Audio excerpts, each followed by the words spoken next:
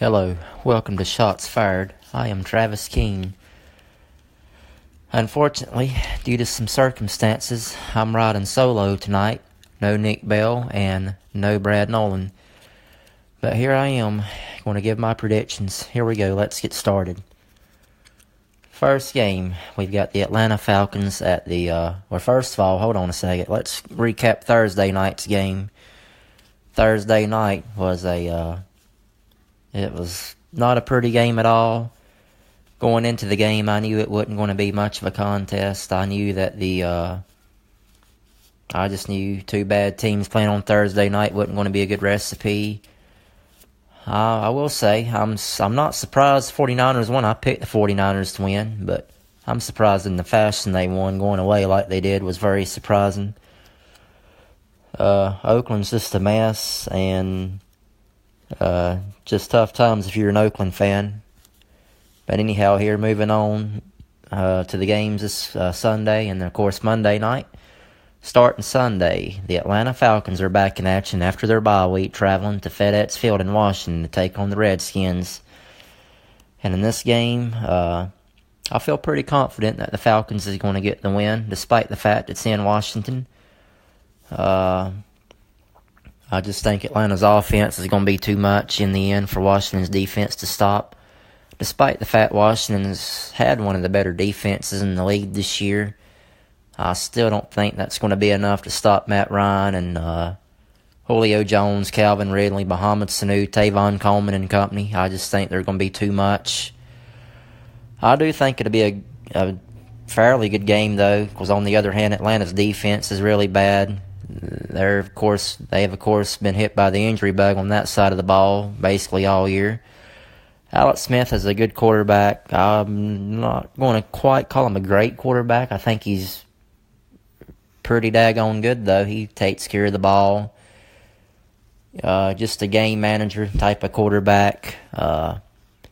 If Adrian Peterson can have a big day running the ball, and Washington can have a big advantage in time of possession, I think Washington could potentially get the win, but I just think Atlanta's going to be too much, especially them coming off a bye week. They're well rested and they're motivated.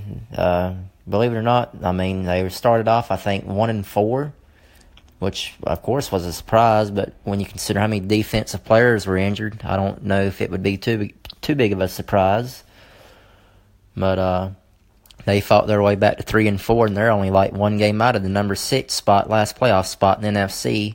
Of course, Washington, I think, is at 5-2, a surprising 5-2 or 4-2, something like that. And believe it or not, they are leading the NFC East. And of course, they still got 2 games left with Philly. They still got to go to Dallas, and they get to host the Giants later on this year. So it'll be interesting going down the stretch, of course. But yeah, I like the Falcons in this game. I'm going to go with Atlanta. I'm going to go 34-24 Atlanta on the road.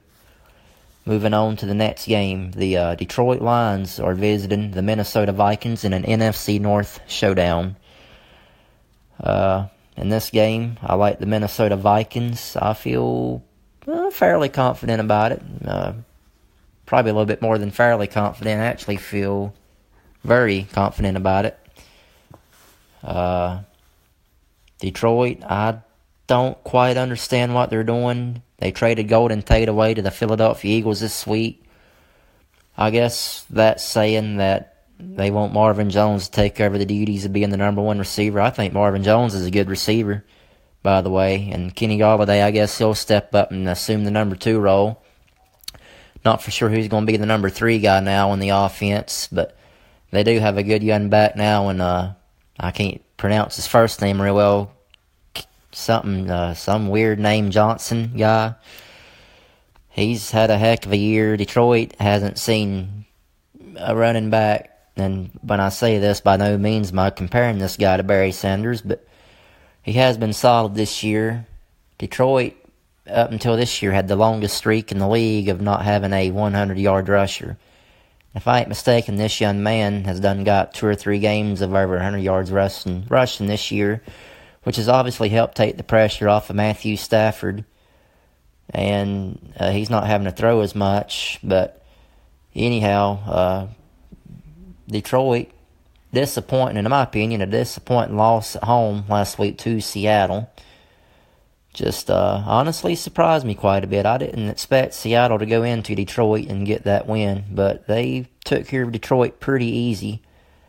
So give Seattle credit. And Minnesota, they had, I would say, what was an emotional game at home last Sunday night in primetime football at home against the Saints.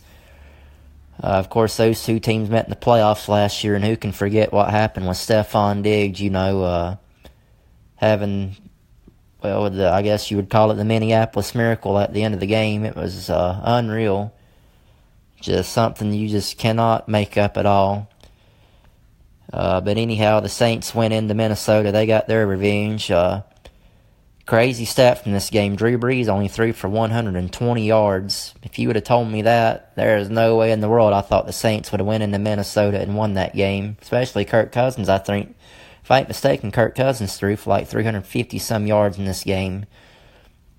But New Orleans took care of Minnesota. Adam Thielen, y'all may think I'm crazy. I'm going to go out on a limb and say it. I think he's the best receiver in football. So far, he's had at least 100 yards receiving in every game this year. And he's an absolute stud. He did have a really bad play in the game, though. Minnesota was driving down the field. And he had a really bad fumble at a crucial time in the game. And New Orleans capitalized off the turnover. Then Kirk Cousins threw a pick six, which I honestly think was a little bit more Stephon Diggs' fault because he quit running the route on Kirk when Kirk got ready to throw the ball. But anyhow, it was somewhat of a tough loss for the Vikings, but not like the end of the world. New Orleans is a very, very good, solid football team. And they're going to have a chance to go to the Super Bowl, in my opinion. But I think Minnesota gets back in the win column at home this week against Detroit. I think it'll be a fairly good game. I could see some points being put up in this game with Kirk Cousins and Matthew Stafford, but in the end, I just think the Vikings are going to be too tough at home, and I don't see them losing 2 weeks in a row at home. And I'm going to go with Minnesota in this game. I'm going to go 34-26 Minnesota. Moving on to the next game, the Pittsburgh Steelers at the Baltimore Ravens. The black and blue rivalry, one of the most fierce rivalries in the NFL. This rivalry is just always off the charts. These two teams met earlier in the year. I want to say week 4 on Under the Lights Sunday Night Football back at Heinz Field in Pittsburgh. And Baltimore went into Pittsburgh that night, and they whipped up on Pittsburgh pretty good. I can't remember the score, but I know Baltimore won that game, I want to say, by almost 20 points. So they went into Pittsburgh and took care of business, and now they get Pittsburgh at home coming to their place. This is such a good rivalry. It's just hard to see Baltimore sweeping Pittsburgh or vice versa. It's hard to see Pittsburgh sweeping Baltimore. These teams always seem to split, but I wouldn't be surprised if Pittsburgh won. I really wouldn't, but I'm actually going to take Baltimore in this game at home. In the mindset, I think if they can go in at Pittsburgh on a Sunday night in a tough and hostile environment, I think they can beat Pittsburgh at home, but I don't think it's going to be easy by no means. And Baltimore hasn't exactly played, they didn't play well at all last week against Carolina. Carolina just pummeled Baltimore basically for the whole 60 minutes. And Baltimore, the week before they come to Charlotte, had a really, really tough loss at home against the Saints. Justin Tucker missed an extra point that would have more than likely sent the game to overtime. I'm not saying they would have won, but they would have at least, I think, got to overtime. And, they could have won. It's just one of them things we'll never know. But anyhow, Baltimore's on a bit of a skid right now. Pittsburgh's playing pretty good. I don't actually don't think Pittsburgh has lost a game since Baltimore went into Pittsburgh and beat them in Week 4. I could be wrong about that, but if my thinking's right, I don't think they have. But I think Baltimore gets back in the win column this week. But, I mean, by no means is it going to be easy. This game, honestly, is about a coin flip. But my gut and my heart says Baltimore at home, and I think they're somehow going to get this win. It's going to be a hard-hitting, physical game. It's just an old black and blue rivalry is what it is. And I think Baltimore is going to win this game. I'm going to go 23-20. Justin Tucker's the hero this week. He gets a field goal as Thomas Spares to give Baltimore a win and a sweep over the Pittsburgh Steelers for this season. Moving on to the next game. The Kansas City Chiefs at the Cleveland Browns. I like the Chiefs in this game. I don't think Cleveland has much of a chance to win, even though the game's in Cleveland. Cleveland's defense hasn't looked too good the last few weeks. They've had some injuries piling up on that side of the ball. Kansas City's offense is unbelievable. It's lights out. I listened to Bradley and Nick's podcast last night, and Nick made a good point, saying he could see Kansas City jumping out to a big lead and just pounding the ball in the game with Hunt. And you know what? I agree with that. I could see that too. But now Kansas City, I still think, has the worst defense overall in the league, which is crazy to think that they've only lost one game all year, and that was to Tom Brady and the Patriots in Foxborough on Sunday night. But anyhow, that just shows you how good the offense has been. Andy Reid's a very creative, offensive-minded play caller. Patrick Mahomes, he's a stud. Kareem Hunt's a stud. You got Tyreek Hill, you got Sammy Watkins, you got Travis Kelce. I mean, you got weapons for days. Cleveland's just not going to be able to stop this offense. I'm sorry, I don't think it's going to happen.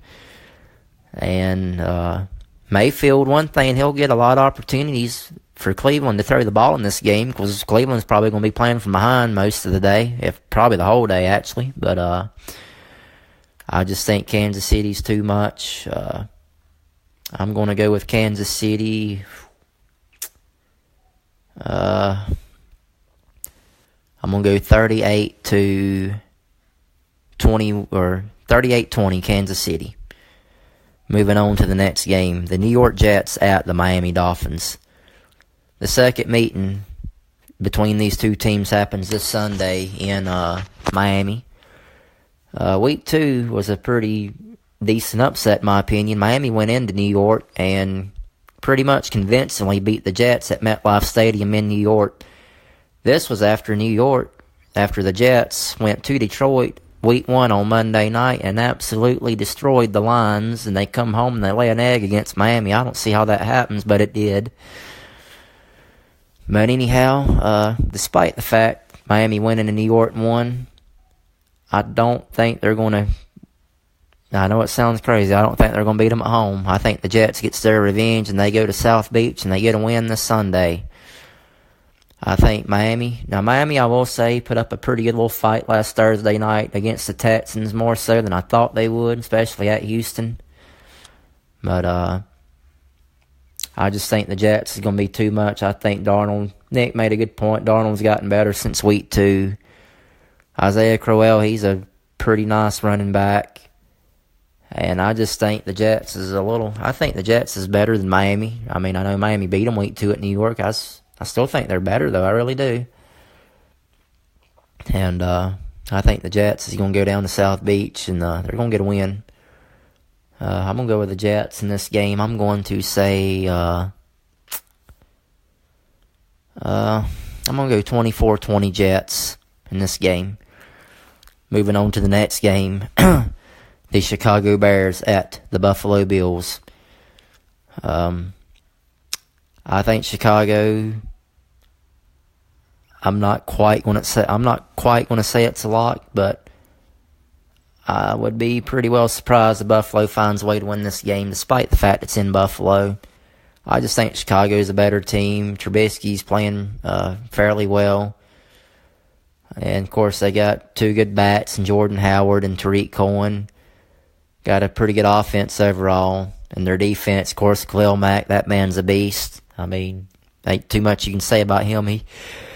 Excuse me, he's just a beast. And Buffalo's defense, I don't think's bad. I mean, I didn't watch the game against New England when they played them last Monday night because I was at Monday Night Raw in Charlotte. But I will say that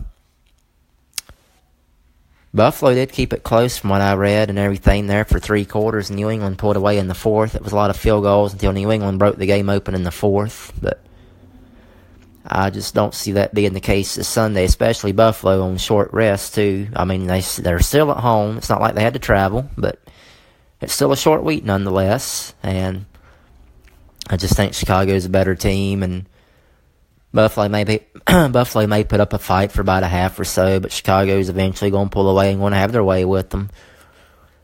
And I think Chicago's a pretty darn good team. I could see Chicago potentially, I'm not saying they will, I'm saying potentially compete for a wild card spot. But I think Chicago's going to win this game. I'm going to go with Chicago. I'm going to go 27-10 Chicago. Moving on to the next game. The Tampa Bay Buccaneers at the Carolina Panthers. I could see this game potentially turning into a high-scoring affair in Charlotte Sunday afternoon. Of course, I'm going to go ahead and say I like the Panthers in this game.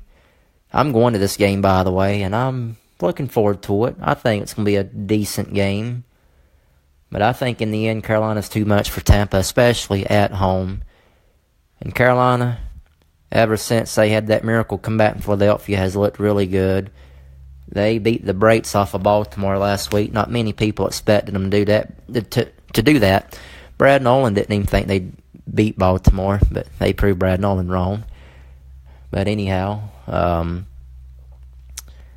I just think Carolina's a better team. Tampa Bay's got the worst defense in the league. I look at it this way. Carolina put up 36 points last week at home against, on paper, statistically, the best defense in the league in the Baltimore Ravens. Now they're going to get, I can't remember if Kansas City or Tampa Bay's got the worst defense in the league. But one of them's 31st, one of them's 32nd. Regardless, Tampa Bay's awful on defense. And they're not going to be able to stop that Carolina offensive attack if Carolina plays like they're capable of.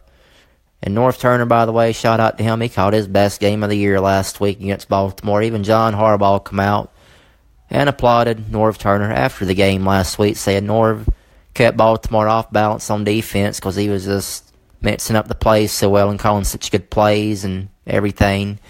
If he does that again this week, Tampa Bay's in huge trouble. Now, on the other hand, you got a storyline, of course, Jameis Winston. Last week, Tampa went to Cincinnati. Jameis Winston threw 4 interceptions in that game and was benched by Derek Cutter, the Tampa Bay head coach. And rightfully so, in my opinion. Ryan Fitzpatrick came in. They were down by 14. Fitzpatrick come back, tied the game with like a minute to go, and then, of course, that big old ugly defense reared its ugly head, and Andy Dalton and the Bengals were able to go down the field and kick a field goal as time expired to win the game. Not a shock, but Fitzpatrick's back in the starting role, starting duties at quarterback this week for Tampa Bay. I mean, it's going to be interesting. I mean, Fitzpatrick's just one of these guys. He's so inconsistent. You just never know what you're going to get out of him. I mean, he could throw for 4 touchdowns and he could throw for 4 interceptions. You just never know with Ryan Fitzpatrick. But either way, even if he does have a really good day and the offense for Tampa does well, I still don't think that defense is going to be able to stop Cam Newton and company. And I like the Panthers. I feel... honestly, I feel like it's almost a lock. I ain't going to quite say it's a lock, but it's pretty darn close in my opinion. I think Carolina going to put up 42 points this Sunday at Bank of America Stadium against Tampa Bay. I'm going to go with Carolina in this game. I'm going to go 42-24, Carolina. Moving on to the next game. The Los Angeles Chargers at the Seattle Seahawks. This game could potentially be one of the best games of the week. Of course, this week's a lot of good games, though. But this is one of these games that's sneaky good, in my opinion. The Chargers are coming off a bye week. They traveled across the pond to London 2 weeks ago. Barely got past Tennessee. Mariota, I can't remember who threw the touchdown to, but it was like 11 seconds to go. It was not much time at all. And Tennessee, I don't blame them. I mean, I thought it was a gutsy call, and I respect it. Calls like that when a coach goes for 2 at the end of a game instead of taking the safe bet to kick the extra points in the game to overtime, I applaud that. That takes guts. And it just didn't pan out for Tennessee, and the Chargers held on to get the win. But some people's picking Seattle to win this game. Seattle, don't get me wrong, they've got a tremendous home field advantage at CenturyLink Field. I mean, that place is definitely going to be rocking. And on top of that, they went into Detroit last week, and they had a really solid win against the Lions. But my gut feeling, I just think the Chargers are going to be a little bit too much. I just think their offense is better than Seattle's. I mean, it's a matchup of 2 good quarterbacks in this game. You're going to have Phillip Rivers going against Russell Wilson. I mean, that's a good matchup. No doubt about that. I think Russell overall, I would say, is better than Phillip Rivers. Not by much, but I do think he's better. Just because I think he can bring a little bit more to the table with his mobile ability. But, I mean, they're both really, really good quarterbacks. I have a ton of respect for both of those guys and the way they go about their business and play the game. But, I just think the Chargers are going to be a little bit too much. I still don't quite trust Seattle's defense. Chargers are still hurting on defense somewhat because I still think Bosa's out. And I don't know when he's going to come back. I mean, I thought he'd done be back by now, but, I mean, he's not, apparently. But, I still think the Chargers is going to win. Seattle, Nick Bell, I don't know if I feel like I'm calling him out. I guess you might as well say him. Listen to the podcast last night with him and Brad Nolan. Nick Bell thinks Seahawks going to make the playoffs. I think Brad Nolan said that too, if I ain't mistaken. I just don't see it happening, despite the fact I do think they got 3 wins for sure on the schedule. They're going to sweep the 49ers. They're awful and injury-ridden, and they're going to beat Arizona at home and complete that sweep. But outside of that, I don't know who all else they're going to beat. I mean, they could prove me wrong. I mean, I wouldn't be surprised if they beat the Chargers, but I just think the Chargers are a better football team, despite the fact it's in Seattle. And I think they'll find a way to win. I really do. Chargers coming off a bye week, too. They're going to be well rested, too, on top of that. It's going to be a good game. I mean, my goodness, it's going to be good. Phillip Rivers and Russell Wilson, that's 2 Hall of Fame quarterbacks going at it right there, ladies and gentlemen. But, yeah, I like the Chargers. I'm going to go, it's going to be close. 31-30 Chargers. That's how close I think this game's going to be. But I think the Chargers squeak by the Seahawks. All right, moving on to the next game. The Houston Texans at the Denver Broncos. This game's got an interesting storyline. The Broncos just traded Demaryius Thomas this week, their wide receiver, to the Houston Texans. Of course, one reason why, probably the big reason why, is because Will Fuller in that game against Miami last Thursday night hurt his knee and he's out for the rest of the year. That was their number 2 receiver behind Hopkins. So they went out and they got Demaryius Thomas. I guess he'll take over the role as the number 2 receiver now behind DeAndre Hopkins in that offense. And I'm going to make a bold prediction. I think this has got to be awkward. I mean, this game's in Denver too on top of that. And that's just going to be weird. Demaryius playing against Denver after he's, played for him and all that. And it's just going to be weird. I just think it's just weird, awkward situation. But, bold prediction. I think Demaryius Thomas is going to find the end zone in this game and score a touchdown. I really do. I just got a gut feeling he's going to score a touchdown against his old team. And I think Houston, it wouldn't surprise me if Denver won, but I think Houston's going to win this game. Houston's on a roll right now. They've won 5 in a row, despite the fact the teams they've beat and their 5-game winning streak aren't very good. But they've took advantage of their schedule, and they've got these wins, so give them credit nonetheless. But Denver's defense hasn't looked too great all year. I mean, it really hasn't. It's not like the defense of old in Denver, that's for sure. Case Keenum, I've got mixed feelings about Case Keenum. I mean, I thought he may have been, I don't know, I'm starting to wonder if that wasn't a fluke year he had Minnesota last year. I don't know, I still think it's a little bit too early to tell. But, yeah, I just think Houston's going to win this game. I'm gonna go with Houston.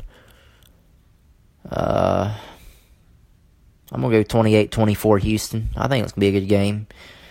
Moving on to the next game, and this is going to be a doozy. The Los Angeles Rams at the New Orleans Saints from the Mercedes-Benz Superdome in New Orleans. This is basically the game or the number 1 seed, although it's only, I think, week 8, week 9, something like that. I mean, it's still a ways to go, but basically 2 months left in the season. I mean, we're basically just right past the halfway point of the season, but it's still a big game. It's still a big game nonetheless. I mean, this is number one seed in the NFC up for grabs. If these two teams was to meet up in the playoffs, this game right here could determine who has home field advantage in that game, which could be very big. But the Rams come in, they're undefeated. They haven't lost all year. The Saints have only lost once, and to beat it all, that was week 1, a huge upset. Lost at home to Ryan Fitzpatrick and the Buccaneers, and since then they haven't looked back and they haven't lost any. And I like New Orleans in this game at home. They went into Minnesota. I mean, forget that. They went on the road the past 2 weeks, and they beat Baltimore and Minnesota, and back-to-back weeks on the road. That's impressive. That is very impressive, especially the Minnesota game. But, and now they're back at home, and it just always seems like historically this team plays a little bit better at home. It's a faster track in the Dome.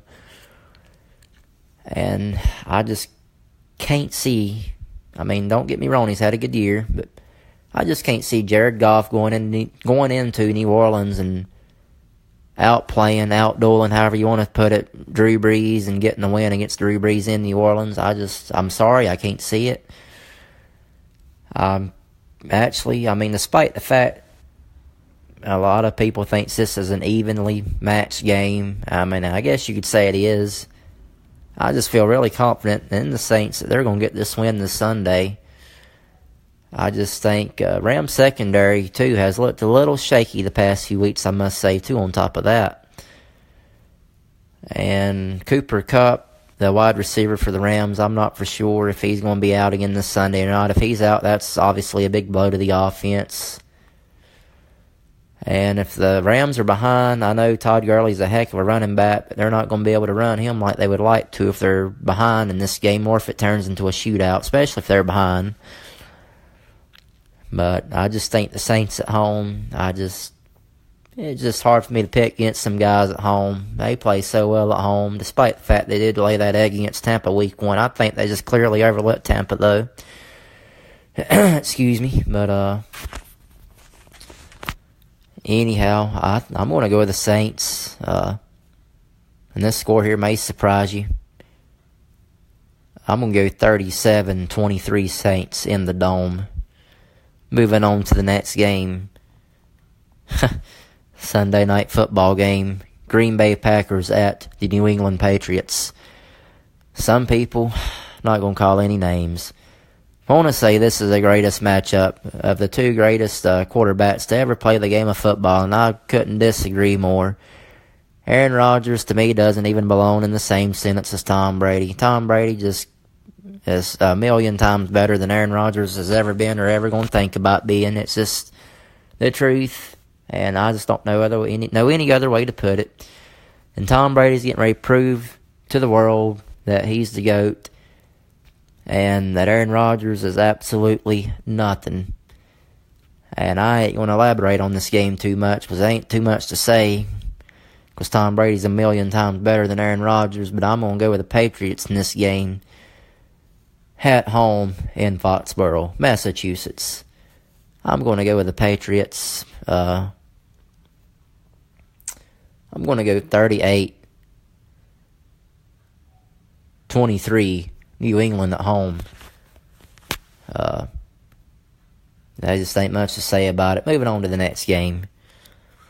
And the Monday night game this week. The Tennessee Titans at the Dallas Cowboys.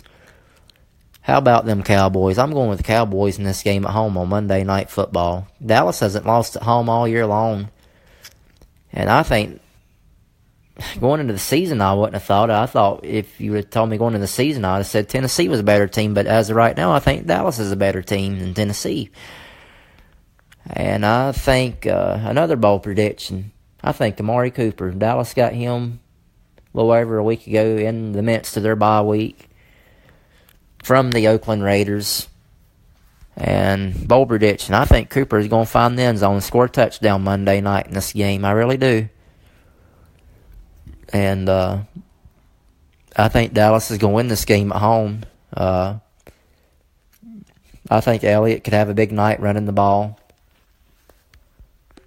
I still think Elliott's going to play a big role in this offense, despite the fact they got Cooper, and despite the fact I think Cooper is going to find the end zone. I still think they're going to pound the ball with Elliott and keep that time of possession on their side. And Dallas' defense is pretty good, too, I feel like. Mariota's been hurt all year. Tennessee, obviously, coming off a bye week. I mean, I'm sure I would like to think he's gotten a little bit healthier, but I still don't think he's fully healthy. And I just like Dallas at home. Dallas is, they're undefeated at home and they're winless on the road. That's about the only way I know to put it. And I think they're better than Tennessee, and that's why I'm picking them. I'm going to go,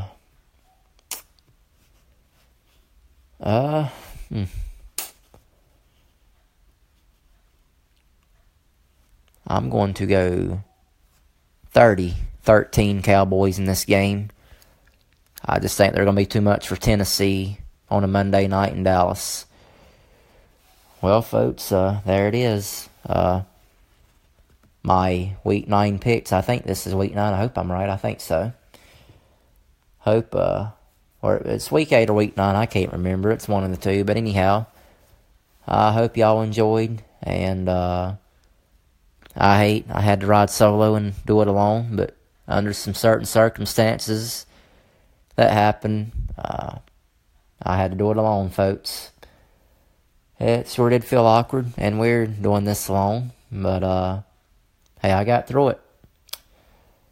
Anyhow, hope everybody has a good night, and hope everybody enjoys watching their NFL games this Sunday. This Sunday's a lot of good games, folks, so y'all get in front of your television and enjoy you some good football. And anyhow, hope everybody has a good one, and I hope y'all enjoyed this. I'm Travis Keenan, this is Shots Fired. I'm out.